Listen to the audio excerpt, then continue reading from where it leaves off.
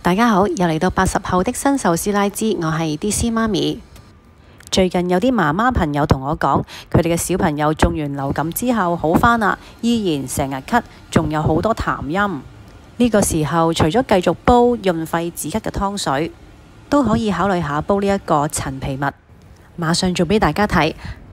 呢度呢，我預備咗2角陳皮啦。陳皮呢本身係有化痰止咳嘅功效。我建議買啲靚啲嘅陳皮。我呢一款陳皮呢已經係超過15年以上㗎啦，聞落去呢係好香，而且呢瓤都唔使刮呢，係唔會有苦澀味嘅。洗乾淨陳皮之後呢，我哋浸一浸佢，浸到佢軟身啦。咁呢度呢係一個飯碗水嚟嘅。咁浸軟身之後呢，我哋連埋呢一碗水同陳皮呢一齊倒落個煲度，然後再加多1碗水，總共呢係2碗水嘅。跟手呢，我哋就開火煲滾佢啦。我哋滾咗之後呢，我哋閂到最慢火，冚蓋，再煮佢15分鐘。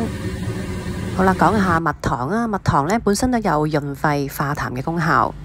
因應你自己中意嘅甜度呢，咁就放1至2羹嘅蜜糖啦。咁我呢個杯都比較細嘅，所以我放1羹就夠啦。咁我哋用呢水就開咗先，就唔好直接加嗰個陳皮水落去。我哋開咗少少水，將蜜糖呢就係攪勻咗先，好似而家咁樣啦。因為啱啱煮好嘅陳皮水呢都好熱嘅，如果你直接加落蜜糖呢，其實會破壞咗蜜糖嘅功效啦。我已經將先前煲好嘅陳皮水呢放咗落呢啲熱壺啊，或者叫燜燒壺裏面啦。擺個果皮水落去燜燒壺裏面呢，其實再焗多幾個鐘呢會再出味嘅喎。咁加上小朋友未放學啦，所以我就擺落呢啲壺度，就免得佢呢會攤凍晒。咁我而家就將佢倒入頭先開稀咗嘅蜜糖水裏面啦，然後攪勻佢呢，咁就搞掂㗎啦。唔知大家中唔中意陳皮？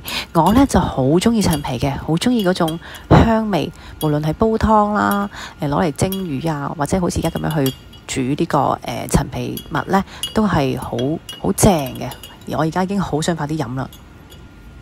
呢排呢啲流感都嚴重嘅，好多大人細路呢都係即係好返之後啦，食完西藥呢都成日咳得好勁啊，仲有好多痰啊。咁如果呢個時候呢，你唔夠時間煲湯水呢，咁亦都好想整啲嘢俾自己飲呢，就不如試下呢個陳皮蜜啦，因為都係做法好簡單，飲落去呢都係好舒服嘅，個喉嚨呢，當堂呢好似覺得哇好滋潤咁樣嘅。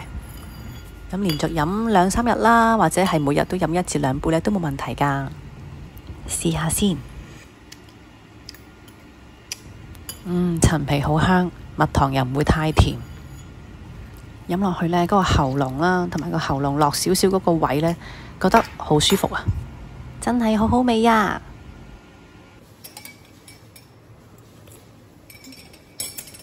好好飲啊，媽咪！